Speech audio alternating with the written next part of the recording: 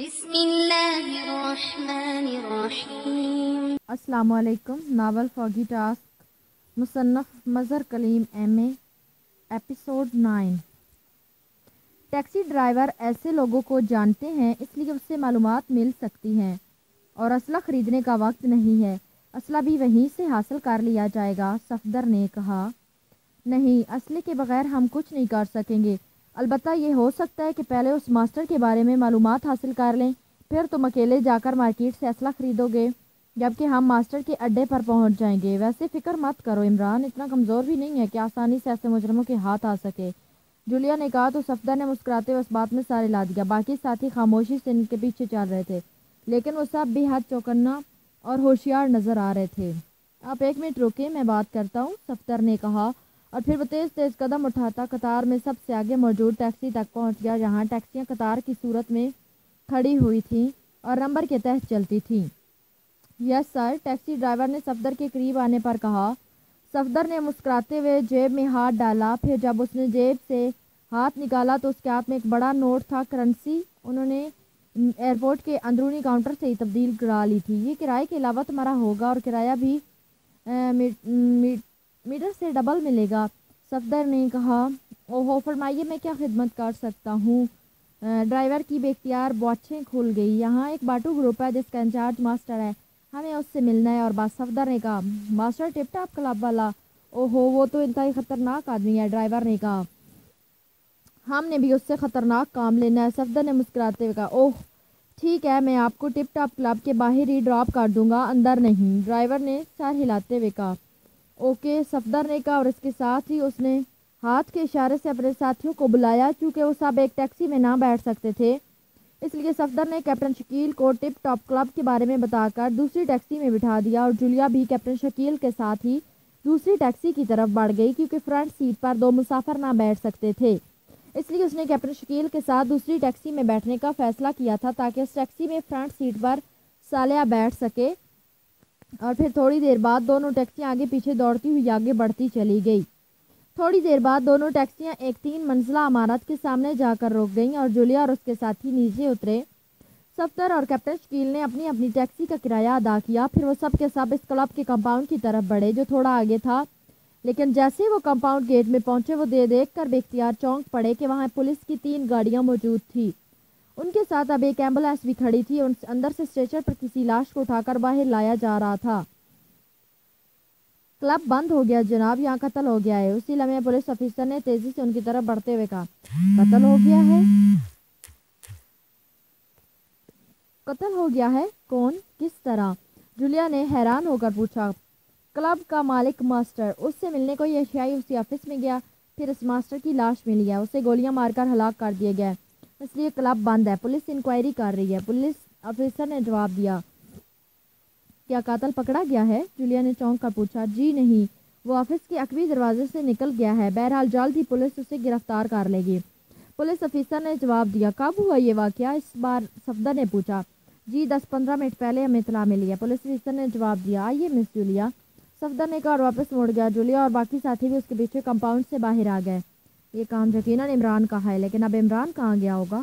Compound get سے باہر آ کر جولیا نے کہا، وہ اب لازماً اس چیکنگ کرنے والے پاٹونا گروپ کے چیف اسٹار کے پاس گیا ہوگا، صفدر نے کہا، لیکن اسٹار کے بارے میں تفصیل تو ہمیں معلوم ہی نہیں ہے، جولیا نے کہا۔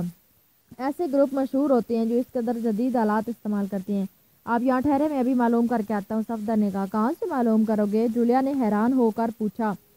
یہاں سے کچھ فاصلے پر ایک دوسرا کلب ہے، وہاں کسی ویٹر سے معلوم ہو جائے گا، صفدر نے کہا۔ تو آؤ پھر سب وہیں چلتے ہیں، جولیا نے کہا، اور سب نے اس بات میں سر ہلا دیا۔ پھر وہ فٹ پاتھ پر پیدل چلتے ہوئے کچھ فاصلے پر موجود ایک اور کلب تک پہنچ گئے۔ صفدر انہیں وہیں رکنے کا اشارہ کر کے تیزی سے اندر چلا گیا۔ میرا خیال ہے مس جولیا، ہمیں اس طرح عمران کے پیچھے مارے پھرنے کی بجائے فوگی پہنچنا چاہیے، اصل ہیڈ کوارٹر وہیں ہے، اور عمران لامحالہ وہیں پہنچے گا، کیپٹن شکیل نے کہا۔ او ہاں، تم ٹھیک کہتے ہو، لیکن وہاں ہم اسے ٹریس کیسے کریں گے؟ جولیا نے کہا۔ باٹوش یہاں کا معروف ایجنٹ ہے، اس لیے کہیں نہ کہیں سے اس کا سراغ بہرحال مل جائے گا، کیپٹن شکیل نے جواب دیا، اور جولیا نے اس بات میں سر ہلا دیا۔ تھوڑی دیر بعد صفدر واپس آ گیا۔ اسٹار پاٹونا ہوٹل میں ہوتا ہے، میں نے معلوم کر لیا ہے، صفدر نے واپس آ کر کہا۔ کیپٹن شکیل نے ایک اور تجویز دی ہے، اور میرا خیال ہے کہ وہ زیادہ درست ہے، جولیا نے کہا۔ کون سی؟ صفدر نے چونک کر پوچھا تو جولیا نے کیپٹن شکیل کی بات دہرا دی۔ لیکن یہ ضروری تو نہیں ہے کہ وہاں ہیڈ کوارٹر ہو، ورنہ عمران صاحب یہاں ٹاکیو کیوں آتے؟ اور پھر ٹاکیو پر اتنے بیٹوڑے انتظامات کیوں کیے جاتے؟ عمران صاحب یہاں سے وہاں کے ہیڈ کوارٹر کے بارے میں معلومات حاصل کرنا چاہتے تھے، ورنہ یہ تو نہیں ہو سکتا جو گروپ اس جزیرے کو ٹاکیو سے علیحدہ کرنے کا کام کر رہا ہو وہ ٹاکیو میں ہیڈ کوارٹر بنائے۔ اور پھر باٹوش معروف ایجنٹ ہے، وہاں سے اس کا سراغ بھی لگایا جا سکتا ہے، کیپٹن شکیل نے کہا۔ میرا خیال ہے کہ عمران صاحب کے پیچھے بھاگنے کی بجائے یہ زیادہ بہتر ہے کہ ہم وہیں چلیں، صالحہ نے کہا۔ اوکے ٹھیک ہے، پھر واپس ایئرپورٹ چلو، جولیا نے کہا۔ مس جولیا، فوگی طیارے کے ذریعے جانے کی بجائے ہمیں اسٹیمر پر جانا چاہیے، ہو سکتا ہے کہ ایئرپورٹ پر خصوصی چیکنگ وغیرہ کی گئی ہو۔ بہرحال باٹوش تیز ایجنٹ ہے اور اس کے رابطے ناراک میں بھی ہو سکتے ہیں، اس لیے ممکن ہے اسے سارے گروپ کے بارے میں اطلاعات مل چکی ہوں، صفدر نے کہا۔ ٹھیک ہے چلو، جولیا نے کہا، اور وہ سب قریب ہی موجود ٹیکسی سٹینڈ کی طرف بڑھتے چلے گئے۔ عمران کی آنکھیں کھلی تو اس کے ساتھ ہی اسے اپنے جسم میں درد کی تیز لہر سی دوڑتی ہوئی محسوس ہوئی، اور اس کے ساتھ ہی اس کا شعور پوری طرح جاگ اٹھا اور اس نے بے اختیار اٹھنے کی کوشش کی، لیکن دوسرے لمحے اسے محسوس ہوا کہ وہ ایک کرسی پر بیٹھا ہوا ہے اور اس کے جسم کو رسی کی مدد سے کرسی سے باندھ دیا گیا ہے۔ شعور بیدار ہوتے ہی اس کے ذہن میں بے ہوش ہونے سے پہلے کے واقعات کسی فلم کی طرح گھوم گئے۔ اسے یاد آ گیا تھا کہ وہ اسٹار سے ملنے اس کے اسپیشل آفس میں گیا تھا، پھر جیسے وہ ایک کرسی پر بیٹھا اسے اپنی پشت میں سوئی چبھنے کا احساس ہوا تھا، اور اس کے ساتھ ہی اس کے ذہن پر تاریک پردہ سا پھیلتا چلا گیا۔ اس نے ادھر ادھر دیکھا، لیکن یہ وہ اسپیشل آفس نہ تھا بلکہ کوئی دوسرا چھوٹا سا کمرہ تھا۔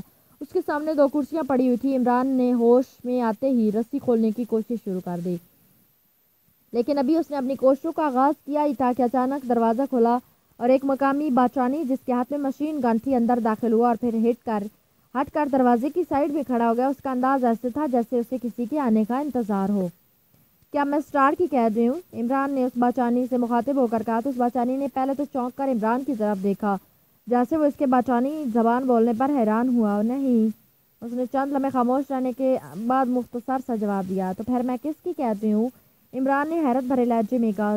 سیٹوما کی قید میں، باچانی نے جواب دیا۔ تو عمران بے اختیار چونک پڑا، کیونکہ سیٹوما کا نام اس کے ذہن میں موجود تھا، لیکن اسے یاد نہ آ رہا تھا کہ اس نے یہ نام کب اور کس سے سنا ہے۔ سیٹوما کیا کسی تنظیم کا نام ہے یا کسی آدمی کا؟ عمران نے کہا۔ خاموش رہو ورنہ فائر کھول دوں گا، اس بار باچانی نے اسے جھڑکتے ہوئے کہا۔ کیا یہاں باچان میں بولنے پر ٹیکس ہے؟ عمران نے کہا۔ تو باچانی پہلے تو پتھریلا چہرہ لیے کھڑا تھا، پھر یکلخت ہنس پڑا۔ شاید عمران کی بات اسے دیر سے سمجھ میں آئی تھی، لیکن میں زیادہ باتیں کرنا پسند نہیں کرتا، اس بار باچانی نے نرم لہجے میں جواب دیا۔ حالانکہ عام طور پر باچانیوں کے بارے میں کہا جاتا ہے کہ وہ بہت بولتے ہیں، عمران نے مسکراتے ہوئے جواب دیا۔ لیکن اس سے پہلے کہ مزید کوئی بات ہوتی، دروازہ ایک بار پھر کھلا اور ایک قدرے لمبے قد اور دبلے جسم کا مالک باچانی اندر داخل ہوا، اور اسے دیکھتے ہی عمران نے بے اختیار ایک طویل سانس لیا، کیونکہ اب وہ اسے پہچان چکا تھا۔ یہ سیٹوما تھا اور اس کا تعلق باچان کی ایک خفیہ سرکاری ایجنسی سے تھا، اور کچھ عرصہ پہلے ایک مشن کے دوران سیٹوما نے اس کے ساتھ مل کر کام کیا تھا، اور سیٹوما سے عمران کی اچھی خاصی دوستی تھی۔ اچھا، تو میں تمہارا قیدی ہوں، بہت خوب، عمران نے مسکراتے ہوئے کہا۔ تو سیٹوما بے اختیار مسکرا دیا، پھر وہ عمران کے سامنے رکھی ہوئی کرسی پر بیٹھ گیا۔ نوگی؟ سیٹوما نے کرسی پر بیٹھتے ہوئے عقب میں موجود مشین گن بردار سے کہا۔ یس باس، نوگی نے تیزی سے آگے بڑھتے ہوئے کہا۔ اس عمران کی کرسی کے عقب میں جا کر کھڑے ہو جاؤ، یہ رسیاں کھولنے کا ماہر ہے، اگر اس کے ہاتھ حرکت کریں تو بے شک گولیوں سے اڑا دینا۔ سیٹوما نے نوگی سے مخاطب ہو کر کہا۔ خیال رکھنا ایسا نہ ہو کہ کوئی بھولی بھٹکی گولی سیٹوما کو لگ جائے اور وہ لاش میں تبدیل ہو جائے۔ عمران نے مسکراتے ہوئے کہا۔ سنو عمران، تم نے اور میں نے اکٹھے اچھا وقت گزارا ہے، اور مجھے تمہاری بے پناہ صلاحیتوں کا بھی اعتراف ہے، اور اسی لیے میں نے باس کی ہدایت کے برعکس تمہیں ہوش بھی دلایا ہے۔ حالانکہ باس کا سخت ترین حکم ہے کہ تمہیں بے ہوشی کے دوران ہی ہلاک کر دیا جائے، اور یہ بھی بتا دوں کہ میں ابھی باس کو کال کر کے آ رہا ہوں، جس میں نے اسے حتمی طور پر بتایا کہ میں نے بے ہوشی کے دوران ہی تمہیں گولیاں مار کر ہلاک کر دیا ہے۔ میرا خیال تھا کہ وہ تمہاری لاش بڑکی بچی میں ڈالنے کا حکم دے گا، لیکن شاید اسے تمہاری موت پر یقین نہیں آیا، اس لیے اس نے حکم دیا کہ تمہاری لاش کو فوگی لے جایا جائے گا، یہاں فیٹی چیک کرے گا اور پھر وہ باس کو اطلاع دے گی، اور پھر باس آ کر چیکنگ کریں گے، اس لیے اب تمہاری ہلاکت ناگزیر ہو چکی ہے۔ سیٹوما نے عمران کی بات کا کوئی جواب دینے کی بجائے انتہائی سنجیدہ الفاظ میں اس سے مخاطب ہو کر کہا۔ تمہاری اس تقریر سے یہی نتیجہ نکلتا ہے کہ تمہارا باس باٹوش ہے اور وہ فوگی میں موجود ہے۔ عمران نے مسکراتے ہوئے کہا ہاں تم ٹھیک سمجھے ہو۔ سیٹوما نے ایک طویل سانس لیتے ہوئے کہا۔ عمران نے اس کے چہرے پر ذہنی الجھن کے واضح تاثرات چیک کر لیے تھے، اور تم نے باٹوش کی اس ہدایت کو نظر انداز کر دیا کہ مجھے بے ہوشی کے عالم میں ہلاک کر دیا جائے، بلکہ تم نے مجھے ہلاک کرنے کے بجائے اس کرسی پر بٹھا کر رسیوں کی مدد سے باندھا اور پھر ہوش میں بھی لے آئے۔ اس کا مطلب ہے کہ تم ابھی یہ فیصلہ نہیں کر سکے کہ تم باٹوش کے خلاف کھل کر اس کے مقابل آؤ یا اس کی ماتحتی کو ہمیشہ کے لیے قبول کر لو، عمران نے کہا۔ تو سیٹوما نے بے اختیار ہونٹ بھینچ لیے۔ اس کا انداز ایسا تھا جیسے وہ کچھ کہنا چاہتا ہو لیکن کہہ نہ پا رہا ہو۔ یہ نوگی تمہارا وفادار ہوگا، لیکن بہتر یہی ہے کہ اسے باہر بھیج دو۔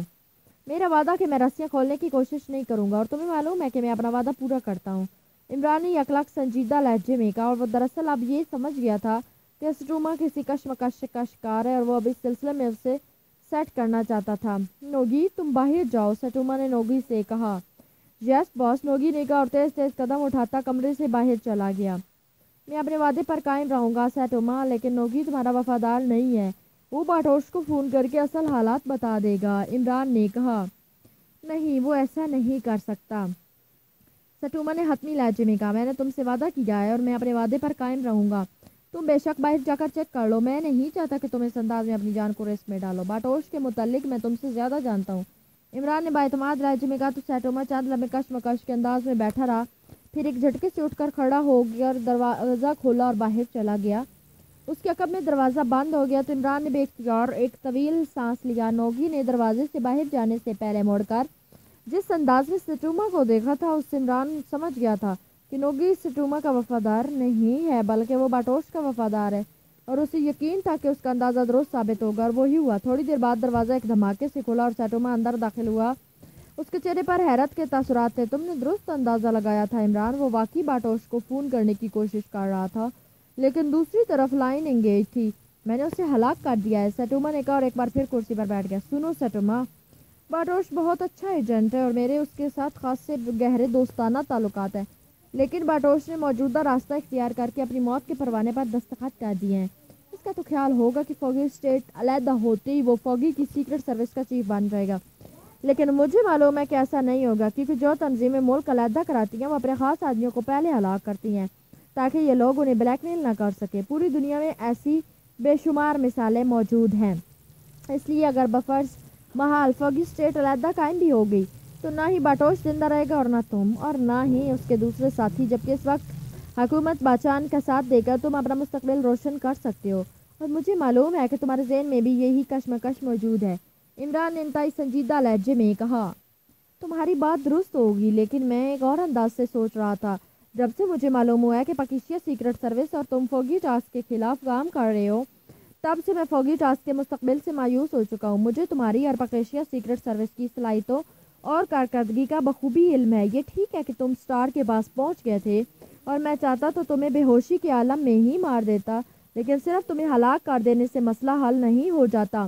پاکیشیا سیکرٹ سروس تو تمہارے ساتھ ختم نہ ہو جاتی، اور اگر وہ گروپ جو یہاں آیا ہوگا وہ بھی ختم ہو جائے تبھی بہرحال سیکرٹ سروس تو ختم نہیں ہوگی، اس کی بجائے دوسرا گروپ آ جائے گا۔ اس لیے میں کشمکش میں تھا کہ کیا کیا جائے اور کیا نہیں۔ اگر میں حکومت باچان کا ساتھ دیتا ہوں تو فوگی ٹاسک مجھے ہلاک کر دے گا، اور اگر میں ان کے ساتھ رہا تو ایک روز بہرحال یہ سب کچھ ختم ہو جائے گا اور اس کے ساتھ میں بھی ختم ہو جاؤں گا۔ اس لیے میں کچھ فیصلہ نہ کر سکا، اس لیے میں نے سوچا تمہیں ہوش میں لا کر تم سے بات کی جائے۔ اگر تم نے مجھے مطمئن کر دیا تو پھر میں تمہیں آزاد کر دوں گا، اور اگر تم مجھے مطمئن نہ کر سکے تو میں تمہیں ہلاک کر دوں گا۔ اسی بنا پر میں نے باٹوش کو تمہاری ہلاکت کی اطلاع دے دی، لیکن باٹوش کو جس طرح تمہاری موت پر یقین نہیں آیا، اس پر بھی میرا خدشہ بے حد بڑھ گیا، اور اب نوگی کے بارے میں تم نے جو کچھ بتایا میں اس بارے میں سوچ بھی نہیں سکتا تھا، کیونکہ وہ میرا انتہائی بااعتماد آدمی تھا، لیکن اس سے بھی مجھے اندازہ ہو رہا ہے کہ تم لوگ بہرحال ہم سے کہیں زیادہ ایڈوانس ہو۔ سیٹوما جب بولنے پر آیا تو بولتا ہی چلا گیا۔ سنو سیٹوما، تم اچھے آدمی ہو اور میں نہیں چاہتا کہ تم ضائع ہو جاؤ، اس لیے میرا مشورہ یہی ہے کہ تم فوگی ٹاسک کی بجائے حکومت باچان کی پناہ میں آ جاؤ۔ میں تمہیں یقین دلاتا ہوں کہ تمہیں بہرحال اچھا اور روشن مستقبل ملے گا، عمران نے کہا۔ لیکن کیسے؟ باٹوش تم سے کس طرح کم نہیں ہے؟ اسے جب معلوم ہوگا کہ میں نے اس سے بغاوت کی ہے تو وہ پاتال میں بھی میرا پیچھا نہ چھوڑے گا، سیٹوما نے کہا۔ کیا تمہیں معلوم ہے کہ فوگی ٹاسک کا ہیڈ کوارٹر کہاں ہے؟ عمران نے کہا۔ نہیں، اس بارے میں مجھے کوئی علم نہیں ہے، میں تو یہاں کام کر رہا ہوں اور ابھی تک میری ایجنسی کو یہ علم نہیں ہے کہ میں فیوگی ٹاسک کے ساتھ شامل ہوں۔ یہ پوائنٹ بھی ایجنسی کا ہے اور نوگی اور میں درپردہ فوگی ٹاسک کے ساتھ کام کر رہے ہیں۔ باٹوش کے ساتھ بھی میرا صرف فون پر رابطہ ہے اور بس، سیٹوما نے کہا۔ باٹوش نے تمہیں میرے بارے میں کیا حکم دیا ہے؟ عمران نے کہا۔ اس نے کہا ہے کہ میں تمہاری لاش اسٹیمر کے ذریعے فوگی کے اسپیشل پوائنٹ پر پہنچا دوں جس کا انچارج فیٹی ہے۔ یہ پوائنٹ دراصل ساحل سمندر پر ایک کلب ہے جس کا نام بلو ڈریگن ہے اور اس کے نیچے تہہ خانوں میں اسپیشل پوائنٹ ہے جس کا انچارج فیٹی ہے۔ فیٹی بھی ایجنسی کا آدمی ہے مگر درپردہ باٹوش کا خاص ساتھی ہے، سیٹوما نے کہا۔ میں اچھی طرح جانتا ہوں فیٹی کو، اور جب فیٹی چیک کر لے گا پھر باٹوش وہاں آئے گا چیکنگ کے لیے۔ عمران نے مسکراتے ہوئے کہا۔ ہاں لیکن میں بہرحال تمہیں زندہ تو وہاں نہیں لے جا سکتا، سیٹوما نے کہا۔ پہلے تم فیصلہ کر لو کہ تم نے کیا کرنا ہے اور کیا نہیں، پھر آگے بات ہو سکتی ہے، عمران نے کہا۔ سوری عمران، میں بہرحال کوئی رسک نہیں لینا چاہتا، اچانک سیٹوما نے کہا اور اس کے ساتھ ہی اس نے جیب سے مشین پسٹل نکال لیا۔ تو تم نے فوری طور پر مرنے کا فیصلہ کر لیا ہے؟ عمران نے منہ بناتے ہوئے کہا۔ کیا مطلب؟ کیا تم نے رسیاں کھول لی ہیں؟ سیٹوما نے چونک کر کہا اور اس کے ساتھ ہی اس نے مشین پسٹل سیدھا کر لیا۔ میں نے اپنا وعدہ نبھایا ہے سیٹوما، لیکن اس کے باوجود مجھے یقین ہے کہ میں زندہ رہوں گا کیونکہ اللہ تعالیٰ کو میری موت منظور ہوتی کہ میں بے ہوشی کے عالم میں ہی تمہارے ہاتھوں ہلاک ہو چکا تھا۔ یہ واقعی ایسا وقت تھا کہ کچھ بھی نہیں کیا جا سکتا تھا، لیکن اب نہیں، عمران نے کہا اور اس کے ساتھ ہی کرسی سمیت یک لخت جیسے ہوا میں اڑتا ہوا سامنے بیٹھے وہ سیٹوما پر گرا اور سیٹوما کے حلق سے چیخ نکلی اور وہ کرسی سمیت الٹ کر نیچے جا گرا جبکہ عمران کرسی سمیت اس کے اوپر جا گرا تھا۔ دراصل عمران نے دونوں پیروں پر زور دے کر اور اپنے جسم کو زوردار جھٹکا دے کر آگے کی طرف اچھالا تھا جس کے نتیجے وہ کرسی سمیت جیسے اڑتا ہوا سیدھا سیٹوما پر آ گرا تھا۔ نیچے گرتے ہی عمران نے پوری قوت سے سیٹوما کی ناک پر اپنا سر مارا تو سیٹوما کے منہ سے انتہائی کربناک چیخ نکلی۔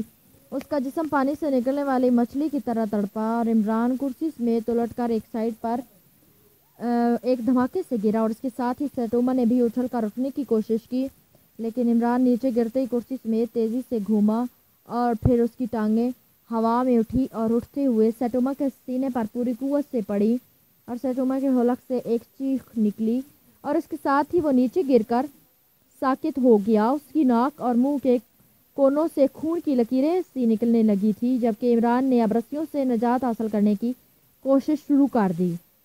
چونکہ اس تمام جدوجہد اور اچھلنے اور گرنے کی وجہ سے رسیاں کافی ڈھیلی ہو گئی تھی، اس لیے عمران تھوڑی سی جدوجہد کے بعد دونوں بازو نکالنے میں کامیاب ہو گیا۔ پھر چند لمحوں بعد وہ رسیوں سے آزاد ہو کر سیدھا کھڑا ہو چکا تھا۔ مشین پسٹل ایک طرف پڑا ہوا تھا، وہ سب سے پہلے اس مشین پسٹل پر جھپٹا اور پھر اسے اٹھا کر وہ واپس آیا تو اس کے منہ سے بے اختیار ایک طویل سانس نکل گیا کیونکہ سیٹوما ہلاک ہو چکا تھا۔ اس کے سینے پر پڑنے والی زوردار ضرب نے یقیناً اس کا دل پھاڑ دیا تھا۔ اس کی ناک اور منہ سے خون بہہ نکلا تھا۔ عمران کو ایک لمحے کے لیے اس کی موت پر افسوس ہوا کیونکہ وہ حقیقتاً اسے ہلاک نہ کرنا چاہتا تھا، لیکن اب جب ضرب لگ گئی تھی تو اس ضرب کو واپس نہ لے سکتا تھا۔ وہ مشین پسٹل جیب میں ڈالے اس کمرے سے باہر آ گیا۔ تھوڑی دیر بعد اس نے اس پوائنٹ کی اچھی طرح تلاشی لے ڈالی۔ پوائنٹ میں سوائے اسلحے اور فون کے اور کچھ نہ تھا، البتہ ایک الماری سے اسے میک اپ کا جدید ترین سامان مل گیا تو اس نے اس سامان کی مدد سے میک اپ کرنا شروع کر دیا۔ اب اسے کیمروں کی فکر نہ تھی کیونکہ اس کے نقطہ نظر سے جب سٹار نے اسے گرفتار کر لیا تھا تو اب ظاہر ہے وہ کیمرے چوکوں سے ہٹا لیے گئے تھے۔ ایک بار تو عمران کا دل چاہا کہ وہ یہاں سے نکل کر واپس پاٹونا ہوٹل جائے اور اس سٹار کا خاتمہ کر دے، لیکن پھر اس نے ارادہ بدل دیا کیونکہ یہ سوائے ذاتی انتقام کے اور کوئی حیثیت نہ رکھتا تھا اور ذاتی انتقام لینے کا وہ قائل نہ تھا۔ اس پوائنٹ کے ایک خفیہ سیف سے اسے تھوڑی سی مقدار میں مقامی کرنسی بھی مل گئی، چنانچہ مناسب کرنسی جیب میں ڈال کر وہ اب کریمی میک اپ میں اس پوائنٹ سے باہر نکلا اور تھوڑی دیر بعد ٹیکسی اسے ایئرپورٹ کی طرف لے کر چلی گئی کیونکہ اب اس نے فوری طور پر فوگی پہنچ کر اس فیٹی کو کور کرنا تھا۔ اسے یقین تھا کہ فیٹی فوگی ٹاسک کے ہیڈ کوارٹر کے بارے میں کافی کچھ جانتا ہوگا۔ ایئرپورٹ جاتے ہوئے اسے اپنے ساتھیوں کا بھی خیال آیا تھا۔ اس کے ساتھیوں نے اس کی فلائٹ کے بعد والی فلائٹ پر ٹوکیو پہنچنا تھا اور وہ یقیناً پہنچ چکے ہوں گے۔ وہ 66 ٹرانسمیٹر پر ان سے رابطہ کر سکتا تھا اور 66 ٹرانسمیٹر مارکیٹ سے خریدا جا سکتا تھا، لیکن پھر اس نے ارادہ بدل دیا۔ اس نے فیصلہ کر لیا تھا کہ وہ پہلے باٹوش کو کور کر کے پھر اپنے ساتھیوں سے رابطہ کر کے ہیڈ کوارٹر پر ریڈ کرے گا۔ جولیا اپنے ساتھیوں سمیت فوگی پہنچ گئی تھی لیکن انہیں اب آگے بڑھنے کے لیے کوئی لائن آف ایکشن ہی نہ مل رہی تھی۔ فوگی ٹاسک انتہائی خفیہ تنظیم تھی، اس لیے ظاہر ہے کہ وہ کسی سے بھی اس کے بارے میں نہ پوچھ سکتے تھے اور باٹوش کے بارے میں وہ جانتے تھے کہ اسے تو خود حکومت باچان کی ایجنسیاں پورے ملک میں تلاش کرتی پھر رہی ہیں اور وہ انہیں اب تک نہ مل سکا تھا۔ تو ظاہر ہے کہ وہ جولیا اور اس کے ساتھیوں کو بھی آسانی سے دستیاب نہ ہو سکتا تھا۔ اس وقت وہ سب فوگی کے ایک ہوٹل کے کمرے میں بیٹھے اس بات پر بحث کر رہے تھے۔ میرا خیال ہے کہ عمران صاحب سے رابطہ کیا جائے، 66 ٹرانسمیٹر یہاں سے حاصل کیا جا سکتا ہے، صفدر نے کہا، لیکن یہ ضروری نہیں کہ یہ ٹرانسمیٹر عمران نے بھی خرید لیا ہو، کیونکہ اس نے بھی اسے خریدنا تھا، ورنہ تو وہ ایئرپورٹ پر چیک ہو جاتا، پھر نہ جانے وہ کن حالات سے دوچار ہو۔ ہمیں خود ہی آگے بڑھنا ہوگا، جولیا نے جواب دیتے ہوئے کہا، لیکن کس طرح؟ یہی بات تو سمجھ میں نہیں آ رہی، صفدر نے کہا۔ عمران نہ جانے کس طرح کوئی نہ کوئی لائن آف ایکشن سوچ لیتا ہے، تنویر نے کہا۔ میرا خیال ہے کہ یہاں مخبری کرنے والی کسی تنظیم سے رابطہ کیا جائے، صالح نے کہا۔ نہیں، ایسی تنظیموں کے بارے میں وہ کچھ نہیں بتا سکتے، صفدر نے جواب دیتے ہوئے کہا۔ کیپٹن شکیل تم خاموش ہو، تمہارا کیا خیال ہے؟ جولیا نے کیپٹن شکیل سے مخاطب ہو کر کہا۔ مس جولیا، راستہ تو واقعی کوئی نظر نہیں آ رہا، لیکن میرا خیال ہے کہ ہمیں اس انداز میں کام کرنا چاہیے کہ راستہ خود بخود سامنے آ جائے، کیپٹن شکیل نے کہا۔ تو جولیا سمیت سب بے اختیار چونک پڑے۔ کیا مطلب؟ میں تمہاری بات کا مطلب نہیں سمجھی، اپنی بات کی وضاحت کرو، جولیا نے کہا۔ میں نے دیکھا ہے کہ عمران صاحب کے پاس جب کوئی راستہ نہیں ہوتا تو وہ بھی یہی طریقہ استعمال کرتے ہیں کہ شکار کو تلاش کرنے کی بجائے خود شکار بن جاتے ہیں۔ اس طرح جن لوگوں تک وہ پہنچنا چاہتے ہیں وہ لوگ ان تک پہنچ جاتے ہیں، کیپٹن شکیل نے مسکراتے ہوئے جواب دیا۔ اوہو، تمہارا مطلب ہے کہ ہم اپنی شناخت ان پر ظاہر کر دیں، اس طرح وہ ہم تک پہنچ جائیں گے، جولیا نے چونک کر کہا۔ ہاں، البتہ یہ ہو سکتا ہے کہ ہم 2 گروپوں میں تقسیم ہو کر یہ کام کریں، کیپٹن شکیل نے کہا۔ نہیں، گروپوں والا تجربہ ہمیشہ ناکام رہا ہے، اس لیے ہم سب کو اکٹھے رہ کر آگے بڑھنا ہے۔ میرا خیال ہے کہ ہمیں کوئی ایسی تنظیم تلاش کرنی پڑے گی جو اسلحے کو ڈیل کرتی ہو۔ اس تنظیم کے ذریعے محاکو گروپ کے بارے میں معلومات حاصل کر سکتے ہیں اور پھر وہاں سے فوگی ٹاسک تک پہنچ سکتے ہیں، کیونکہ فوگی ٹاسک کسی صورت بھی سامنے نہیں آئے گی، جولیا نے کہا۔ لیکن محاکو گروپ تو بظاہر ختم ہو چکا ہے، صفدر نے کہا۔ عمران نے بتایا تھا کہ وہ سب ڈرامہ تھا، اس لیے تو پاکیشیا سیکرٹ سروس یہاں آئی ہے، جولیا نے کہا۔ اگر آپ مجھے اجازت دیں تو میں اس بارے میں معلومات حاصل کر سکتی ہوں، اچانک خاموش بیٹھی صالحہ نے کہا، تو سب چونک کر اسے دیکھنے لگے۔ کیسے؟ جولیا نے حیران ہو کر پوچھا۔ آپ کو معلوم ہے کہ میرے والد ہوٹل بزنس سے متعلق ہیں اور ان کے باچان میں بھی ایسے لوگوں سے خاصے دوستانہ تعلقات ہیں جن کا تعلق ہوٹل بزنس سے ہے، اور میں کئی بار اپنے والد کے ساتھ ٹاکیو اور کئی بار فیوگی آ چکی ہوں۔ یہاں ایک معروف ہوٹل ہے جس کا نام شراگونا ہے، اس ہوٹل کا مالک اور جنرل مینیجر جانسن ہی ہے۔ جانسن ایکریمی ہے، لیکن طویل عرصے سے باچان سیٹل ہو چکا ہے۔ جانسن لامحالہ اس بارے میں کافی حد تک جانتا ہوگا، اس لیے اگر میں اس سے بات کروں تو وہ کوئی نہ کوئی کلو دے سکتا ہے، صالح نے کہا۔ اگر یہ بات ہے تو پھر ہمیں سامنے آنے کی بھی ضرورت نہیں رہے گی، لیکن تم نے اس بارے میں تم اسے اپنے بارے میں کیا کہو گی؟ جولیا نے کہا۔ ہاں، یہ بات البتہ سوچنے کی ہے، صالح نے کہا۔ تم نے کہا کہ تمہارا تعلق پاکیشیا کی ملٹری انٹیلیجنس کے ایک ریسرچ سیل سے ہے اور تم یہاں محاکو گروپ کے سلسلے میں آئی ہو تاکہ ان کے ذریعے پاکیشیا کے زرق گروپ کو ٹریس کر سکو، جولیا نے چند لمحے سوچنے کے بعد کہا۔ ٹھیک ہے، لیکن پھر میں اکیلی کیوں جاؤں؟ ہم سب چلیں، ہم گروپ کی صورت میں بھی تو کام کر سکتے ہیں، صالحہ نے کہا۔ نہیں، میرے بارے میں وہ کبھی یقین نہیں کریں گے کہ میرا تعلق پاکیشیا کی کسی سرکاری ایجنسی سے ہو سکتا ہے، جولیا نے کہا۔ لیکن صالحہ کے ساتھ اور ممبر کو ضرور جانا چاہیے، میرا خیال ہے کہ تنویر چلا جائے، صفدر نے کہا۔ نہیں، صالحہ کے والد کے دوست نے اگر آئیں بائیں شائیں کی تو پھر وہ میرے ہاتھوں مارا بھی جا سکتا ہے، اس لیے صفدر کو جانا چاہیے، تنویر نے کہا۔ تو سب بے اختیار ہنس پڑے۔ شاید تقدیر کو بھی اب یہی منظور ہے، صالحہ نے مسکراتے ہوئے صفدر کی طرف دیکھتے ہوئے کہا۔ تو کمرہ بے اختیار کہکوں سے گونج اٹھا۔ تقدیر کو تو نہ جانے کیا منظور ہو، بہرحال چلیں، یہ عام معاملہ ہے اور ہمیں آگے بڑھنا ہے، صفدر نے مسکراتے ہوئے کہا۔ پھر وہ دونوں کرسیوں سے اٹھ کر کھڑے ہو گئے۔ تم دونوں وہاں جاؤ جبکہ میں تنویر اور کیپٹن شکیل کے ساتھ جا کر کوٹھی، کاروں اور اسلحے کا بندوبست کرتی ہوں، جولیا نے کہا۔ وہ بھی کرسی سے اٹھ کر کھڑی ہو گئی۔ اس کے اٹھتے ہی تنویر اور کیپٹن شکیل بھی اٹھ کر کھڑے ہو گئے۔ لیکن پھر ہماری ملاقات کیسے ہوگی؟ صفدر نے کہا۔ ہم یہیں اکٹھے ہوں گے، جولیا نے کہا، اور صفدر اور صالح نے اس بات میں سر ہلا دیے۔ باٹوش اپنے آفس میں موجود تھا۔ اس نے کئی بار فیٹی سے معلوم کیا تھا کہ سیٹوما عمران کی لاش لے کر اسپیشل پوائنٹ پر پہنچا یا نہیں، لیکن ہر بار اسے نفی میں جواب ملتا تھا، جبکہ سیٹوما کے پوائنٹ سے کوئی فون بھی اٹینڈ نہ کر رہا تھا۔ اس سے تو یہی ظاہر ہوتا تھا کہ وہ عمران کی لاش لے کر وہاں سے روانہ ہو چکا ہے۔ اس کے باوجود وہ اتنا طویل وقت گزرنے کے باوجود ابھی تک فوگی نہ پہنچا تھا، اور یہی بات باٹوش کی سمجھ میں نہ آ رہی تھی۔ اچانک اس کے ذہن میں نوگی کا خیال آیا تو وہ بے اختیار اچھل پڑا۔ اوہو، اگر سیٹوما عمران کی لاش لے کر وہاں سے چل پڑا ہے تو نوگی تو وہیں ہوگا، وہ فون کیوں نہیں اٹینڈ کر رہا؟ باٹوش نے بڑبڑاتے ہوئے کہا، اور اس کے ساتھ ہی اس نے تیزی سے سامنے پڑا ہوا ریسیور اٹھایا اور جس تیزی سے ریسیور اٹھایا تھا اتنی ہی تیزی سے اس نے نمبر پریس کرنے شروع کر دیے۔ 4 اسٹار کلب رابطہ قائم ہوتے ہی ایک نسوانی آواز سنائی دی، میٹاکو سے بات کراؤ، میں راسکو بول رہا ہوں۔ باٹوش نے تیز لہجے میں کہا۔ ہولڈ ڈاؤن کرے، دوسری طرف سے کہا گیا۔ ہیلو، میٹاکو بول رہا ہوں۔ چند لمحوں بعد ایک مردانہ آواز ابھری۔ راسکو بول رہا ہوں میٹاکو، باٹوش نے کہا۔ یس باس، دوسری طرف سے مدبانہ لہجے میں کہا گیا۔ سٹوما کا پوائنٹ تمہارے کلب کے قریب ہے۔ سٹوما کو تو میں نے ایک کام سے فوگی بلایا ہے، وہ وہاں سے تو روانہ ہو گیا لیکن ابھی تک فوگی نہیں پہنچا، جبکہ نوگی وہاں ہوگا مگر وہاں کوئی کال اٹینڈ نہیں کر رہا۔ تم خود وہاں جاؤ اور معلوم کرو کہ وہاں کیا صورتحال ہے اور پھر مجھے اسپیشل نمبر پر اطلاع دو۔ باٹوش نے کہا۔ یس باس، میں ابھی اطلاع دیتا ہوں، دوسری طرف سے کہا گیا، اور باٹوش نے ریسیور رکھ دیا۔ اس کے چہرے پر تشویش کے تاثرات نمایاں تھے لیکن وہ مطمئن تھا کہ عمران بہرحال ہلاک ہو چکا ہے، کیونکہ سٹوما پر اسے مکمل اعتماد تھا کہ وہ غلط بات نہیں کر سکتا۔ اور پھر عمران بے ہوشی کے عالم میں اس کے ہاتھ لگا تھا اور کسی بے ہوش آدمی پر مشین گن کا فائر کرنے میں کوئی رکاوٹ پیدا نہ ہو سکتی تھی۔ اس کے باوجود اس کی چھٹی اس خطرے کا الارم بجا رہی تھی اور یہی بات اس کی سمجھ میں نہ آ رہی تھی کہ گڑبڑ کیا ہو سکتی ہے۔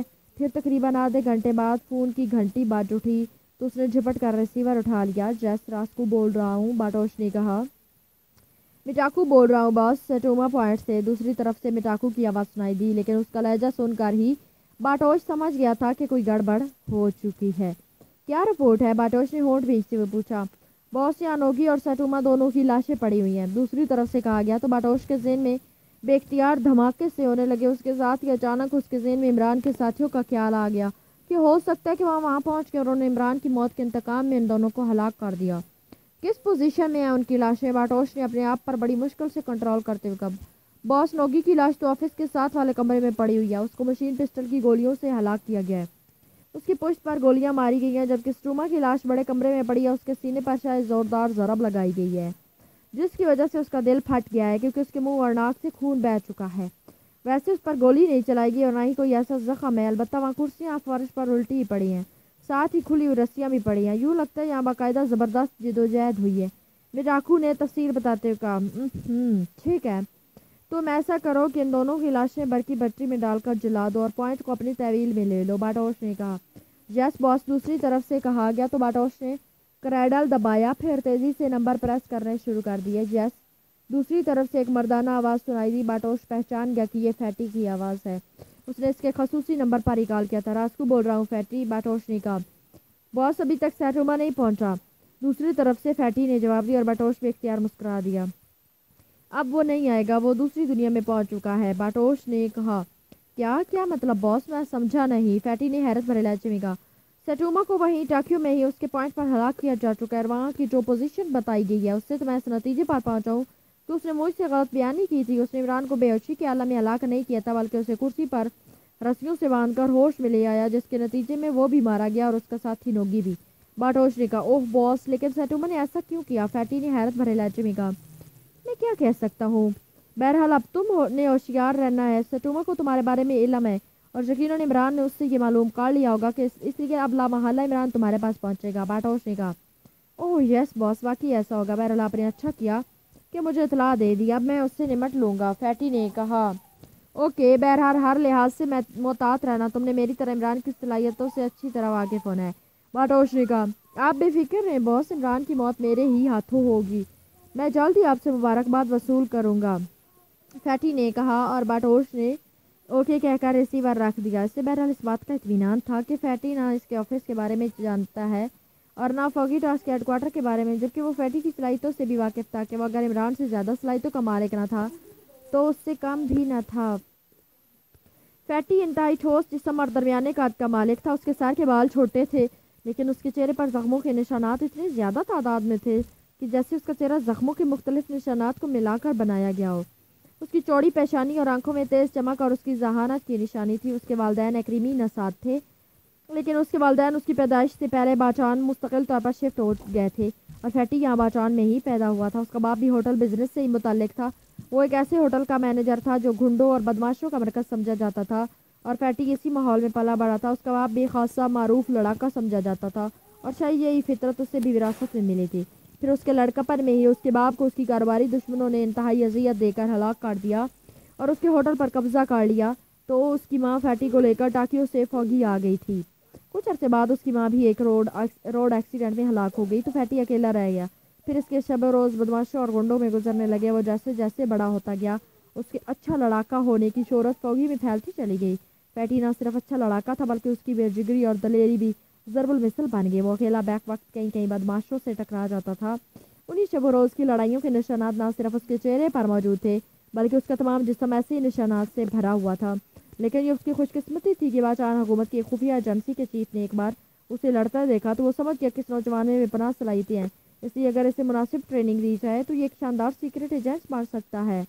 چنانچہ اسے سرکاری ایجنسی میں شامل کر لیا گیا اور بہت ایک طویل عرصے تک انتہائی شاندار ٹریننگ کے نتیجے میں وہ ایک واقعی باصلاحیت اور ذہین